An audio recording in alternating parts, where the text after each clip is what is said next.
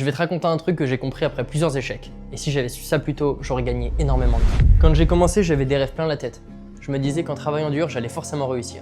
Sauf que la réalité, c'était un mur en pleine face. J'ai passé des mois à bosser comme un fou. 10 heures, 12 heures, 14 heures par jour. Et puis à un moment donné, je me suis posé cette question. Mais pourquoi malgré ça, j'arrive pas à décoller? Le problème, c'est que je bossais, mais pas sur les bonnes choses.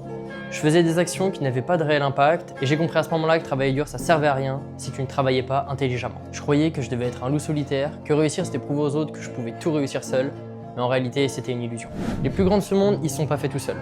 Par contre, ce sont ceux qui savent s'entourer, qui savent apprendre des autres et poser les bonnes questions aux bonnes personnes. Et c'est pas tout, parce que sinon ça serait beaucoup trop simple.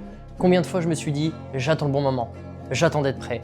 Et tu sais quoi? À ce moment-là, il est jamais arrivé. Mais en fait, quand tu y penses bien, c'est assez logique. Personne n'est prêt quand il commence.